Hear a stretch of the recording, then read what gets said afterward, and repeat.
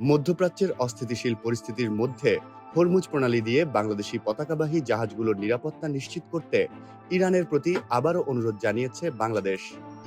তুরস্কে অনুষ্ঠিত Antalya diplomacy ফোরামের ফাঁকে পররাষ্ট্রমন্ত্রী খলিলুর রহমান ইরানের উপপররাষ্ট্রমন্ত্রী সাইদ খতিবজাদের সঙ্গে বৈঠকে এ বিষয়টি গুরুত্বের সঙ্গে তুলে ধরেন। বৈঠকে তিনি বলেন, নিরাপদ জাহাজ চলাচলের জন্য নির্বাচিত ৬টি দেশের তালিকায় বাংলাদেশকে অন্তর্ভুক্ত করায় ঢাকা কৃতজ্ঞ। তবে বর্তমান পরিস্থিতিতে এই নিরাপত্তা ব্যবস্থা কার্যকর রাখা অত্যন্ত জরুরি বলেও উল্লেখ করেন তিনি। জবাবে ইরানের উপপররাষ্ট্রমন্ত্রী জানান, হরমুজ প্রণালীকে ঘিরে পরিস্থিতি এখনও পুরোপুরি স্বাভাবিক হয়নি। তবুও সংশ্লিষ্ট কর্তৃপক্ষকে প্রয়োজনীয় নির্দেশনা দেওয়া হয়েছে এবং বিষয়টি নজরদারিতে রাখা হচ্ছে বলে আশ্বস্ত করেন তিনি।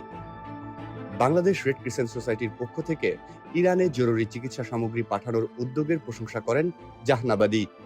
বাংলাদেশের পক্ষ থেকে স্পষ্টভাবে বলা হয়েছে, সংঘাত নয় বরং আলোচনার মাধ্যমেই সমস্যার সমাধান সম্ভব। ঢাকা সবসময়ই কূটনৈতিক সমাধানের পক্ষে।